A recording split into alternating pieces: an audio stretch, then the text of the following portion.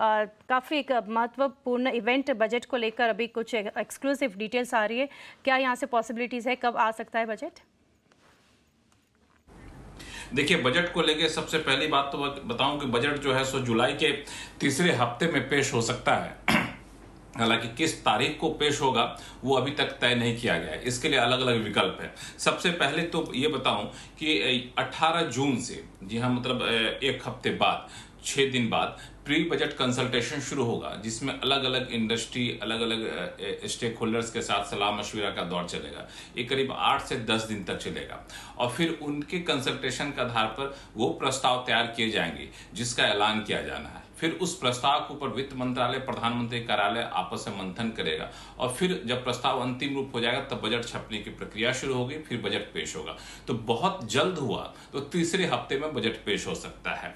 और इसमें एक चीज बता दूं कि बेसिक बजट का दूसरा हिस्सा है जिसमें डेटा वगैरह रहता है, वो सब तो तैयार करके रखा गया है, सिर्फ ऐलान वाले हिस्से की तैयारी बाकी है। अब कहा कि बजट पेश करने के लिए बजट सत्र की जरूरत है, लेकिन इस बार बजट सत्र से पहले जरूरत है कि जो नए सांसद उनको शपथ दिलाया जाए। तो यहाँ पे 2 विकल्पों पर सरकार काम कर रही है। पहला विकल्प यह है कि 2 अलग अलग सत्र बुलाइए। एक सत्र बुलाइए जिसमें सांसदों को शपथ ग्रहण करा दीजिए, लोकसभा स्पीकर का चुनाव कर लीजिए और कुछ दिन बाद दूसरा सत्र बुलाइए जिसमें बजट पेश कर दीजिए। तो इस पहले विकल्प के तहत 24 जून से 30 जुलाई तक एक सत्र बुलाया जाए और 22 जिसमें सांसदों को शपथ ग्रहण कराया जाए। दूसरा सत्र 22 जुलाई से 9 अगस्त के लिए बुलाया जा सकता है। इस विकल्प के तहत अगर जाएंगे तो 22 जुलाई को बजट पेश किया जा सकता है।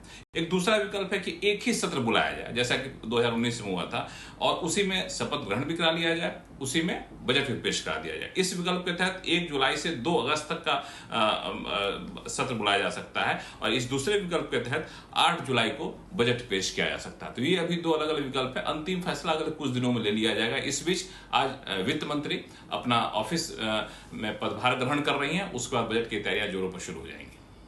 लक्ष्मण जी।